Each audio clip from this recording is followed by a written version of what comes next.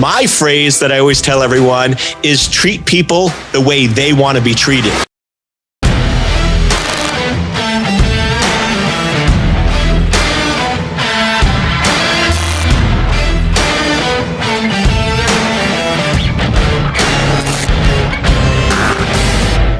What's shaking? Welcome back to All In. I'm your host, Rick Jordan. Before we even start, I'm going to tell you, and I tell you all the time, I need your help, and I'm asking for your help to join me in impacting more people. We don't promote the show. We don't take on sponsors. The only way we grow, the only way we keep helping more people is if you share this out. And today you're especially going to want to, because my guest is in my field of cybersecurity, and what's even better is this dude has more than 30 years of experience. He's got like a decade longer experience than me. I'm really excited to talk to him and pick his brain. He's an expert cybersecurity guy, keynote speaker. He's featured on CNN, CBS, Fox News, and one I haven't done, which is 60 Minutes. His clients range from Fortune 500 companies to international banks to the CIA, and I think the guy was even part of the CIA at one point, whereas I was just trained by them as a civilian. I say that all the time in elicitation and surveillance. Just some little tradecraft is where I was trained to as a contractor, because I had a private security company. But this dude was in the agency. It's awesome. Dr. Eric Cole, welcome to the show. Thank you for having me. It's a pleasure to be here. Did I do you justice with your intro, my man?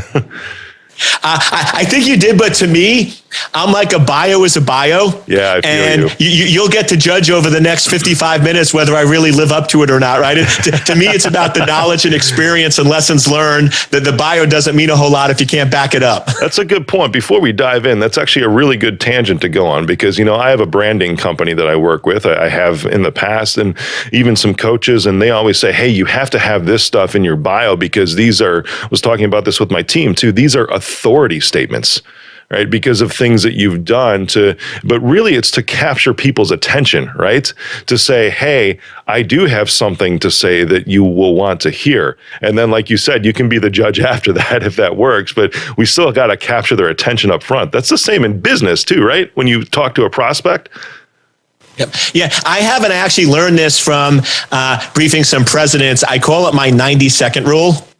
And my 90-second rule is, when you first meet somebody, if you can't address their question, impress them, give them solution, and show them that you're the right person in 90 seconds, you're not going to get the gig. You're not going to get the job, because when you're talking about executives and people today, there's so much noise in cyber, they don't have a big attention span. So to me, if you don't have your 90-second pitch down, that's what you have to work on, because if you ramble on for 3 or 4 minutes, they always say it's all about the first impression. And that is so true. Boom. Man, I wish I had like a button or something like that, because here we are like 1 minute into the show and you're already just bringing value. That's amazing. Let's buckle up, everybody, with Dr. Eric Cole.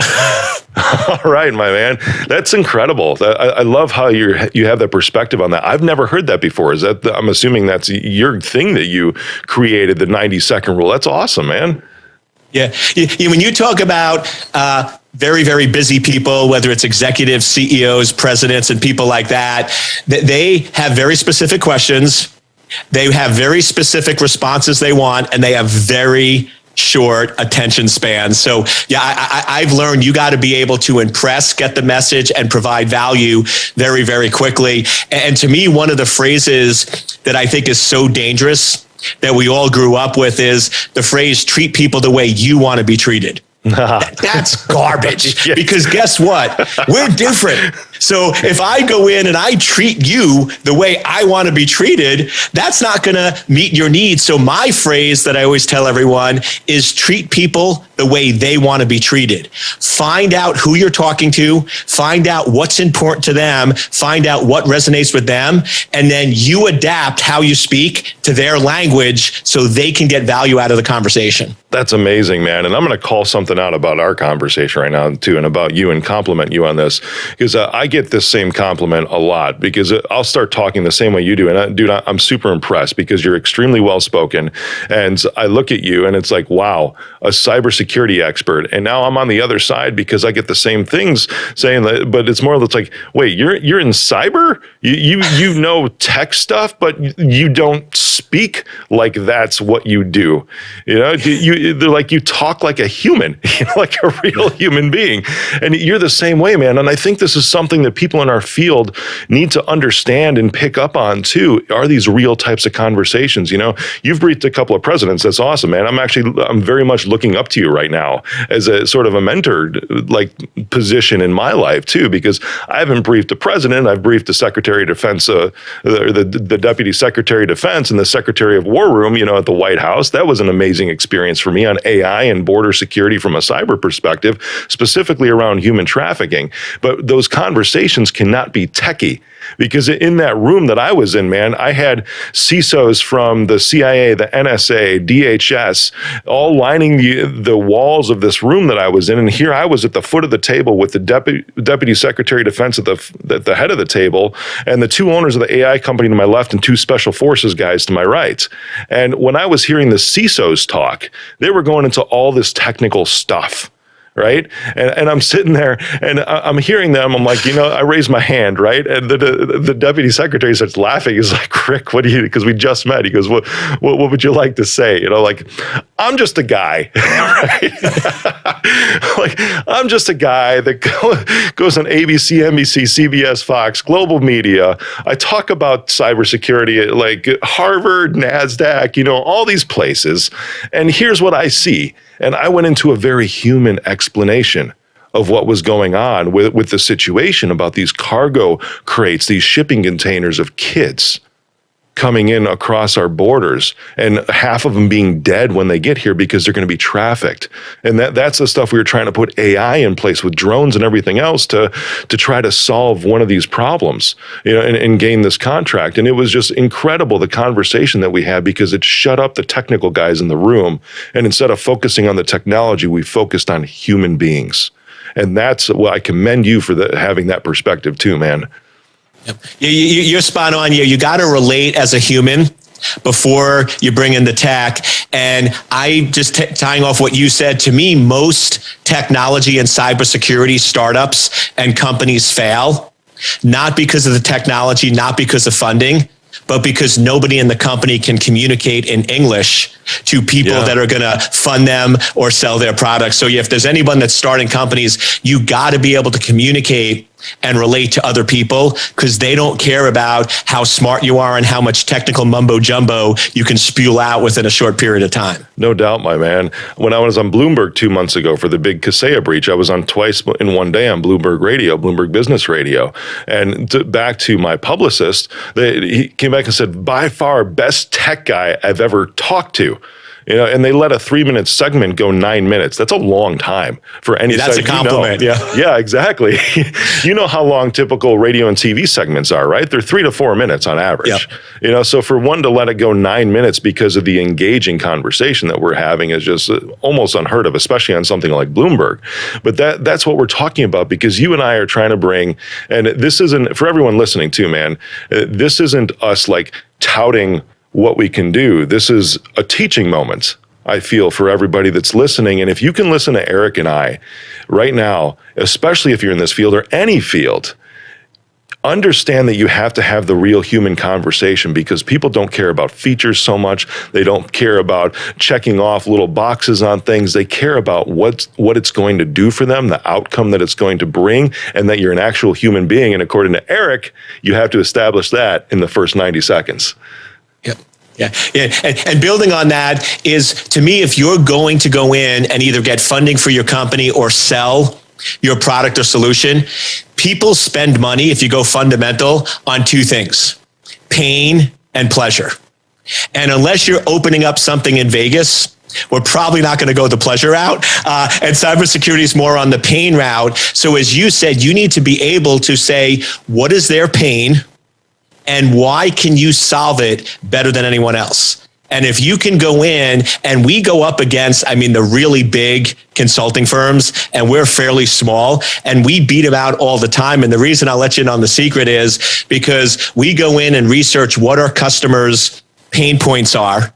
We know what our competitors offer, and then we know how to alleviate that pain better, cheaper, and faster than any of our competitors. And that's how we win most of our gigs. Dude, that's amazing, man. I want to hear more about you, dude, because it obviously, I know where I was like 20 years ago, and I couldn't speak this well. I couldn't do what I'm doing today, right? It's been a journey. What were you like 30 years ago? You have 30 years of experience in this. What were you like then, man? Because you're bringing the fire today, dude. I always sort of had a high level of energy on it, and I didn't know about it 30 years ago. But it was only probably in the last 7 or 8 years that I finally really tapped into my purpose.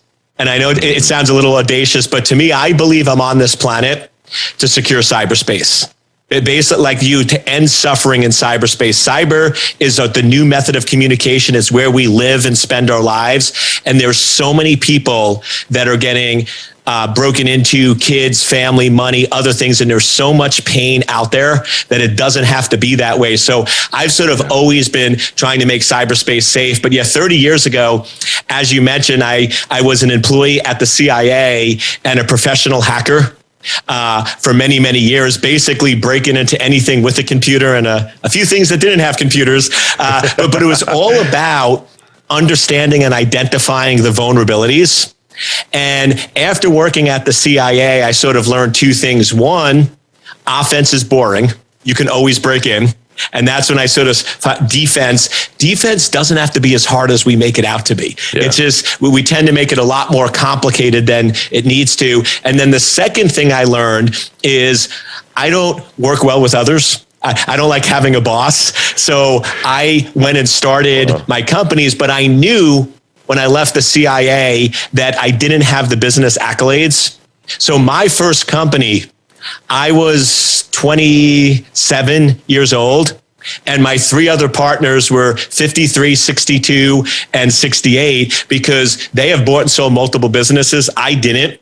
I had the technical ideas, but I needed their business experience. So you always want to go in and find people that have what you don't know and that are smarter than you in your weakest areas, and then team up with them. So that's to me the key to success. And then from there, I bought and sold multiple companies over the years, but it's always, what is my weakness? What am I not strong at? And who is better at that, or the expert? And then team up with other people to get to where you want to go quicker and faster. Man, I love that.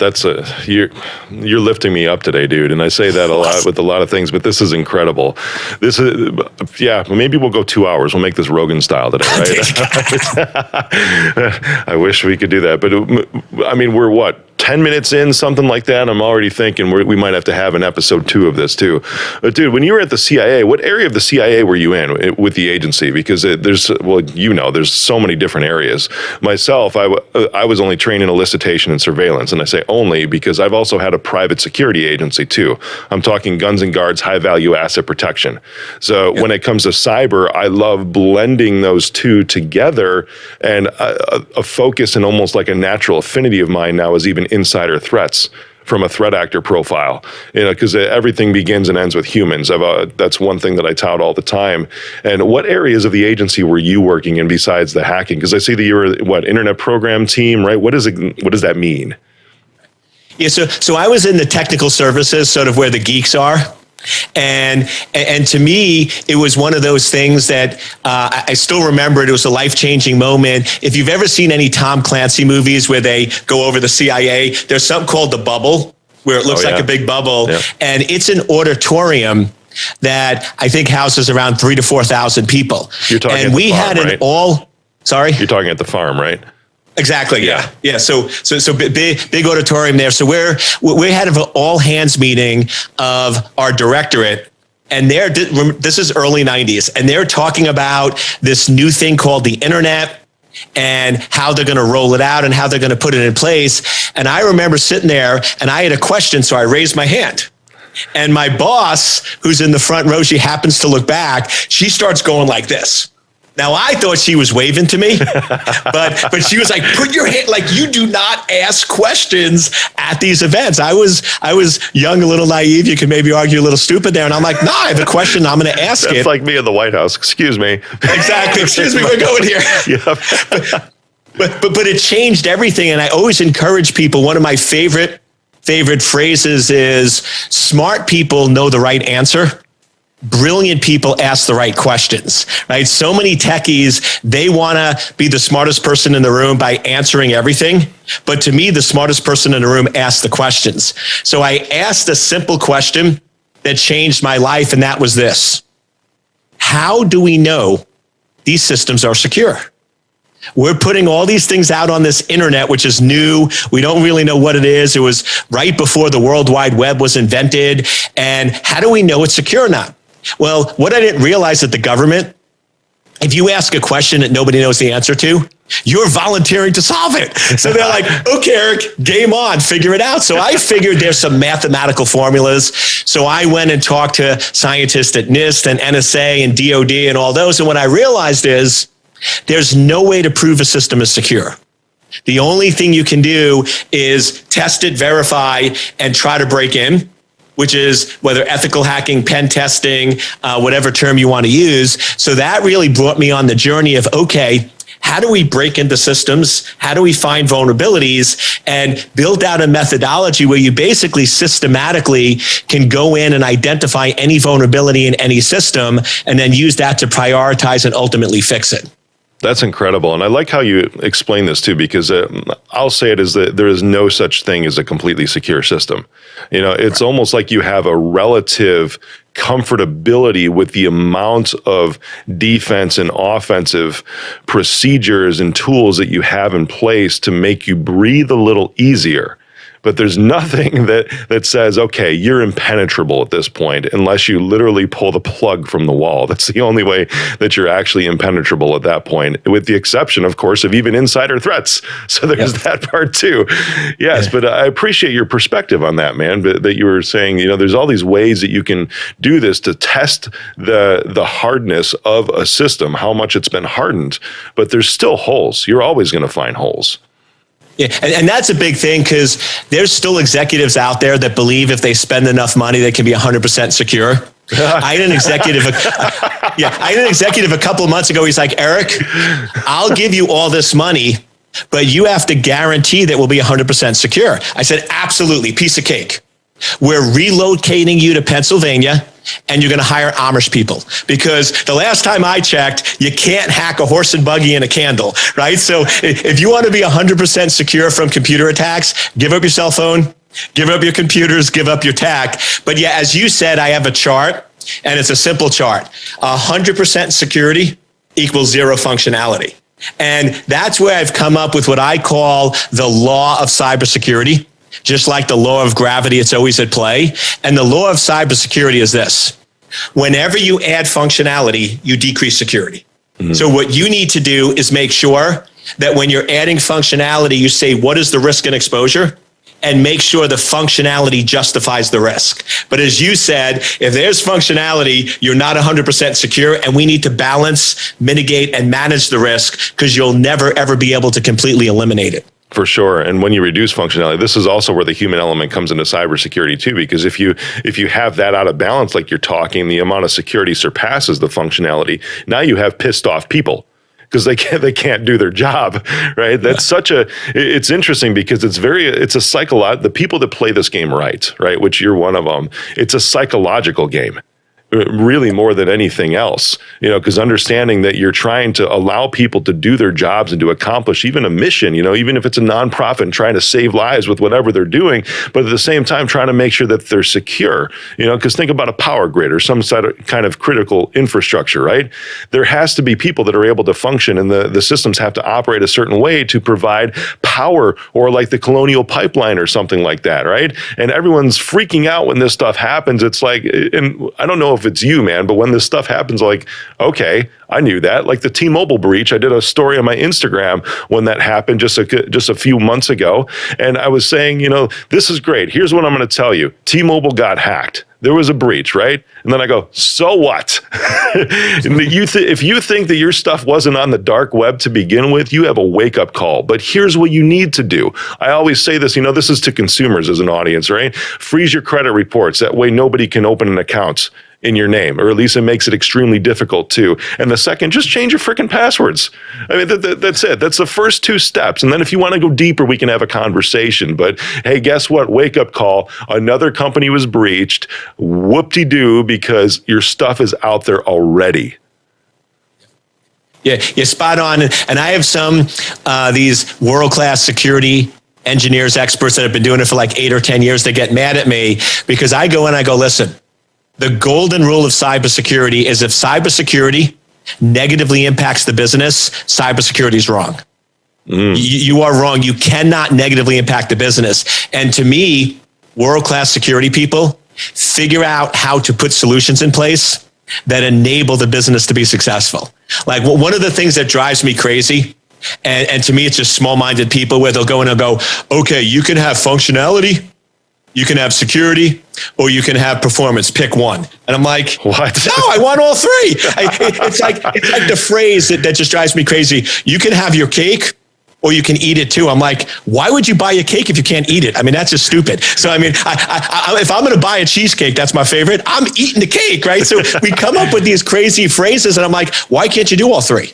We all the time to our clients, we're delivering functionality, performance, and security. So we sometimes get these phrases that people just sort of made up, and then we think they're cool and we say them, but they're actually limiting to your career, limiting your potential, and limiting your ability to solve your customers' problems.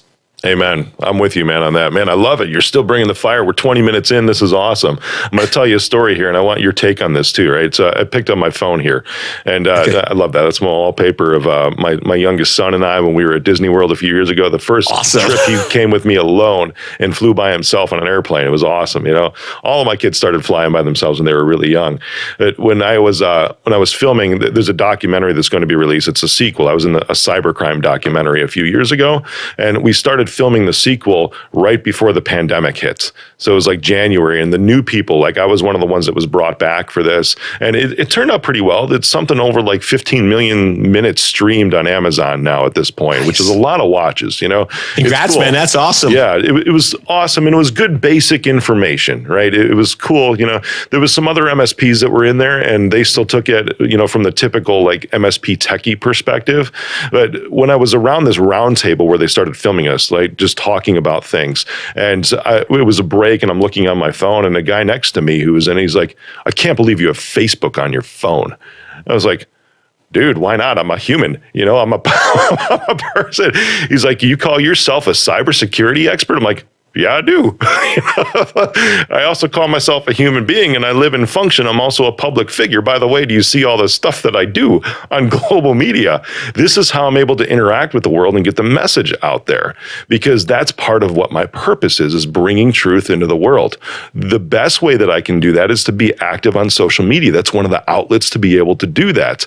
But then that's that functionality and the security that's in place, because you better believe I got a freaking VPN that's on this phone, right, in order to do this. And you better believe that I have certain tracking things turned off. But it was an interesting perspective. I'm wondering, what's your take on that? Do you get that too?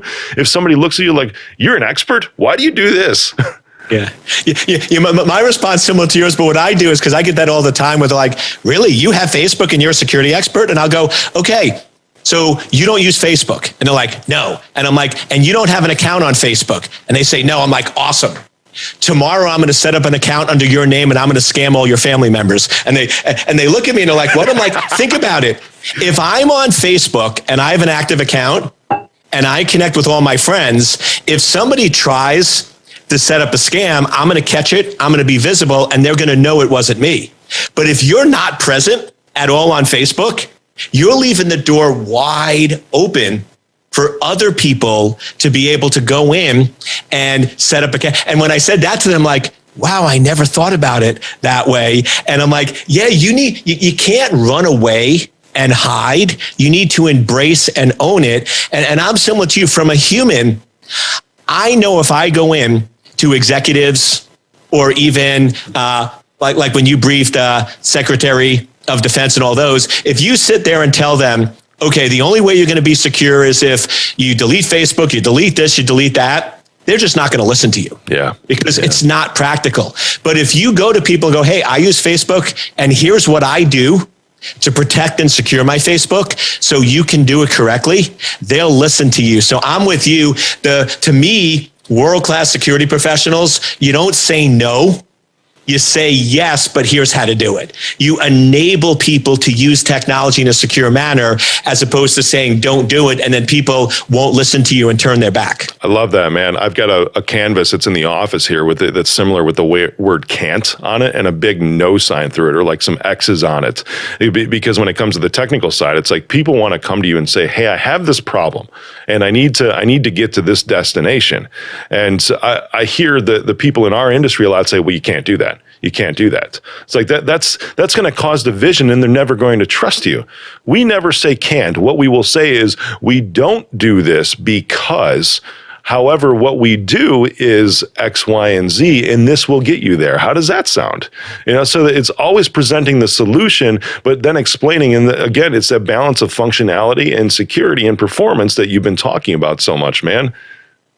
Yeah, and the way I break it down is I don't believe security people should take a side in the fight. Like most security people, when they go to their customers or they go to somebody, they're very passionate and they're like, you must spend $100,000 on this or the world's going to end or it's over. And they get very emotional and very one-sided. And they're like, well, if I don't pay 100, then everything's fine. So what I do is 4 simple things. Here's what could happen. Here's the likelihood of it happening. Here's the cost if it happens. And here's the cost to fix it. What would you like to do? So like one of our clients, okay, you have a 90% chance of getting hit with ransomware. If you get hit with ransomware, you're going to have to spend about $3 million. And I want to spend $400K to fix it. What would you like to do? Those are really your options. You can run the roulette table at Vegas, take your 90% chance and pay $3 million. Or you can give us $400K and we can fix it. Which option would you like? Yeah, I don't care, right? But now I'm giving you both sides of the equation and I'm giving you dollar figures and others to be able to justify it. So now you can make an informed business decision. That's an interesting thought process too, because it's the similar approach to what I have as well. And in our industry too, because there's not a lot of sales acumen. And that's another thing that I love teaching people in our industry as well, is how to have these real human conversations. That way you can connect with somebody and actually do what you're supposed to do. Because I feel a lot of people in our industry are very well-intentioned, man, extremely well-intentioned. They want to be able to bring, and it actually gives them value and fulfillment to be able to protect people, to be able to do something good for humanity. And this is what they have to offer the world, is their talents and abilities, their technical skill set. That's amazing. You come to the financial conversation, the money conversation, and it's, hey, what do we need to do here with this balance? Because a lot of prospects still will say, well, I just think that's too much. I don't have $400K right now. I understand the risk and everything. And then our industry, I see people get flustered, It's like, I try to be like, hey, it's okay.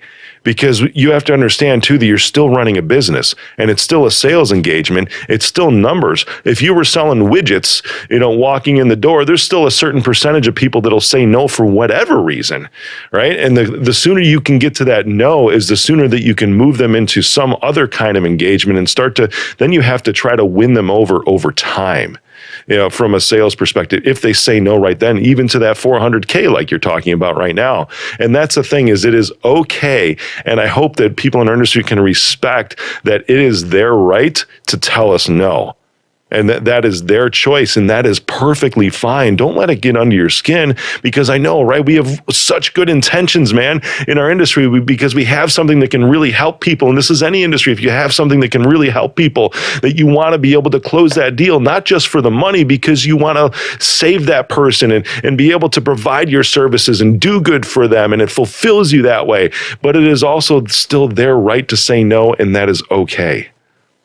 Exactly. And my thing is, go back to, why are they saying no?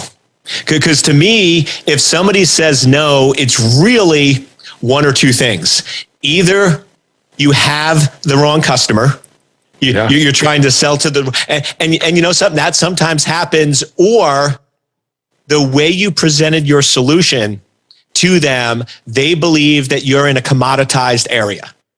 Because if you're in a commoditized service, you compete on price. But if you're, and I'm a big fan of the books, but the two things I always focus on with all my businesses, how do I find a blue ocean and become a category king of that blue ocean? Because if you own a space that's unique and different, money is not an issue. Nobody cares about money. And I always use the examples, McDonald's, that's commoditized, right? You're competing on price to get a crappy burger. And I got to be careful. I said that once and somebody got mad at me. Like, they're not a good burger. I mean, seriously. I know. Like they had the same argument, man. It's like, it's a good burger. I'm like, are you kidding me? I'm like, have you been to Five Guys? I know. I'm like, that's like bottom of the barrel for me. You know? Exactly. Yes.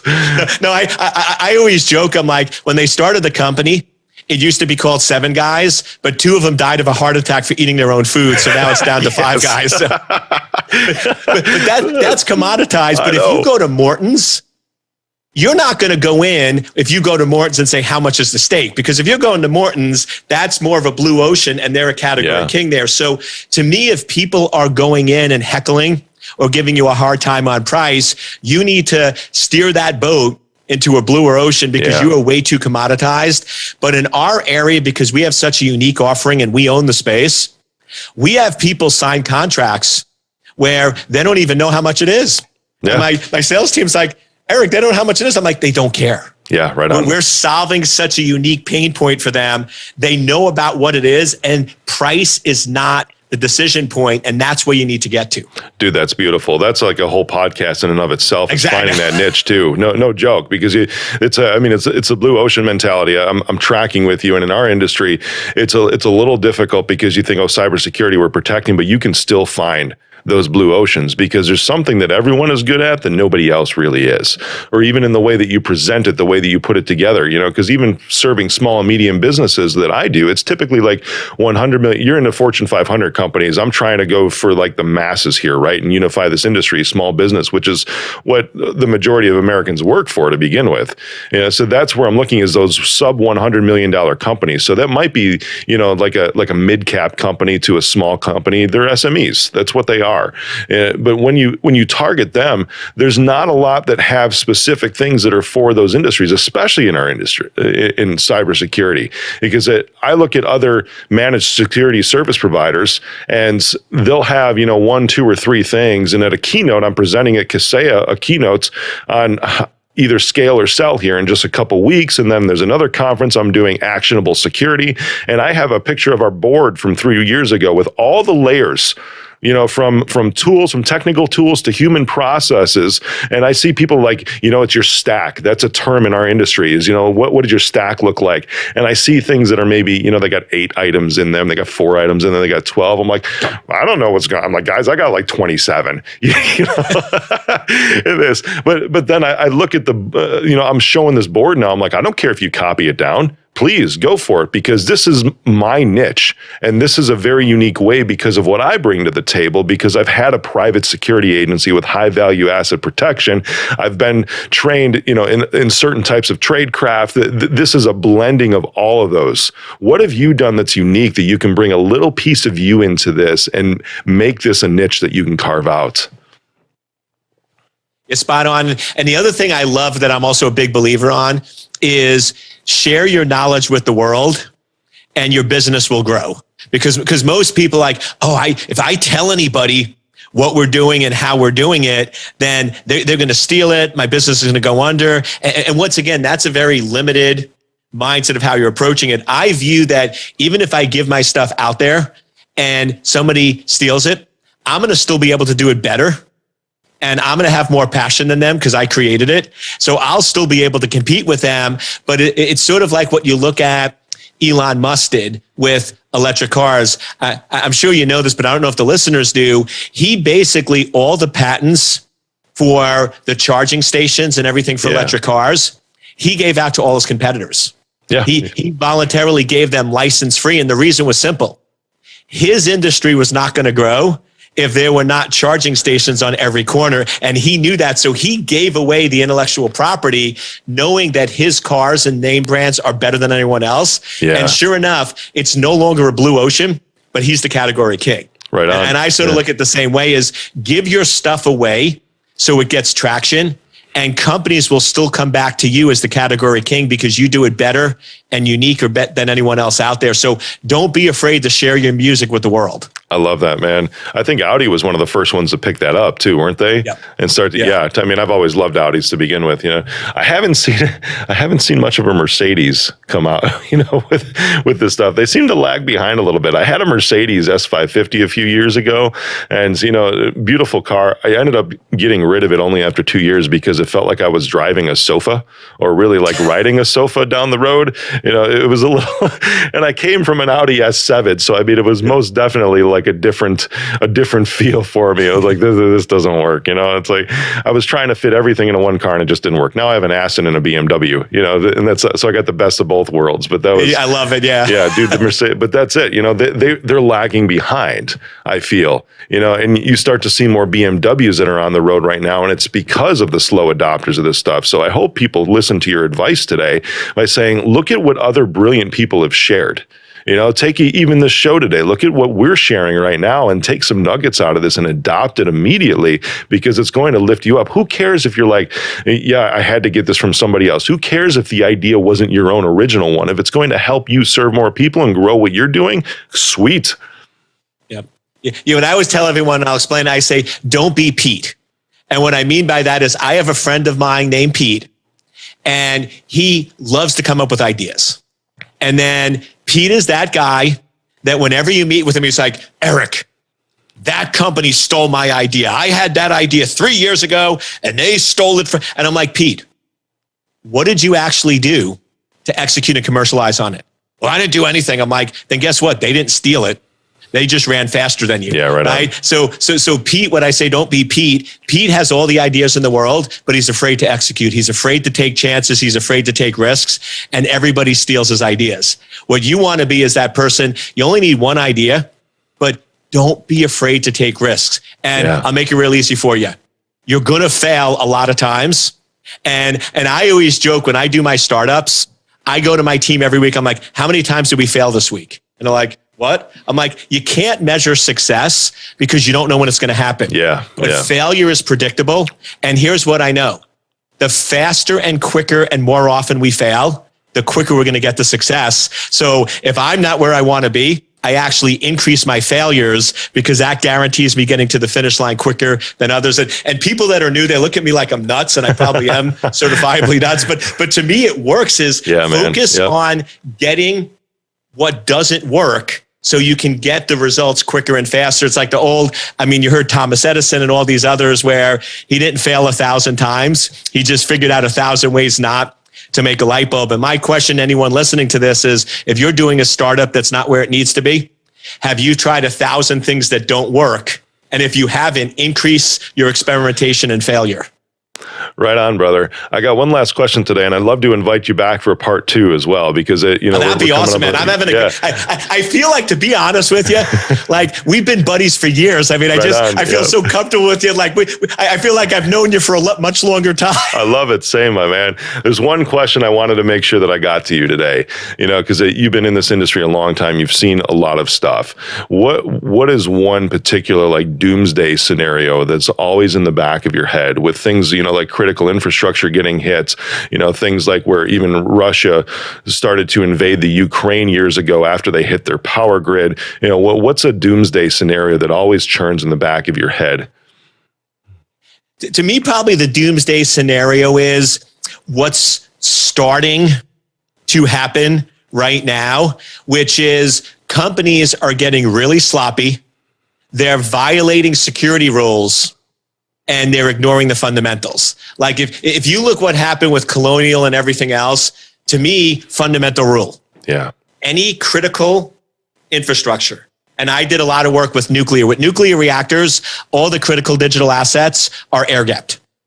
No exception to the rule. You air gap. You can do a data diode for a one-way transfer, but it's all air gapped and everything else. Critical infrastructure must be air gapped. But what we're doing now is instead of Congress and the White House bringing in security experts like you or me or others that are unbiased, they're bringing in big tech who actually is incentivized to have vulnerabilities and incentivized for companies to get breached because that's how they make money. And they're going in and taking advice from them, which is making the problem worse. And we're just going to get to a point where, and I know a lot of people say this, and I hope I'm wrong, where, you're going to have major outages in the United States for days and weeks because we're not fixing the fundamental issues. And in my mind, why I don't like it, I think that Colonial Pipeline should have been the Enron moment for cybersecurity. And I mean by that is when Enron happened, Congress said we need to regulate publicly traded companies. I believe that cybersecurity, especially in critical infrastructure and other areas, we need to start regulating it because it's not hard. It's not difficult, but people are ignoring it and we're listening to the wrong advice, which is taking us in a bad direction. That's an interesting perspective, man. Thank you for sharing that too. Because I lean moderately conservative, right, in a lot of my political views. And somebody who knows that about me once said, when I was talking about regulation in our industry, they were expressing, it's like, I'm surprised to hear you it was like for a Forbes article call, right? And Forbes was wondering, how do you feel about regulation? I'm like, you know what? I actually advocate for it. Because in this industry, just like financial, just like power, the cybersecurity is becoming almost like a basic need for life in order to function because of how much depends on this right now, because there's regulation in healthcare too, in medical care that you see across the board. But what did I just say? Out of all of those industries, what do they depend on? All of them lean on technology. Every single one of these regulated industries are leaning on an unregulated industry. How does that work? Because now somebody who's servicing these companies can just be like, raise their hand and be like, I'm an expert. I know what I'm doing, right? And they're not beholden to the same level of standard, the standard of care, as they even call it in healthcare, that these regulated industries are in. So how can they help with that? And I think we're seeing some progress in that, but this is something to where I'm not saying like full board regulation like the banks. That's not my opinion, but at the very minimum, a place to start is, I think, a threshold, almost like, like a lawyer has to pass a bar exam or something like that, or doctors have to be certified by a medical board in order to practice. So there's some oversight. They can still practice pretty much any way that they want to, right? But they still need to be certified by a board to say, yes, this person is of good moral character, they have some good to bring into the world, and even more importantly, they have the knowledge that they need to be able to save lives. Eric Cole, thank you for being on today, brother. My pleasure, and I look forward to staying in touch. Sounds good.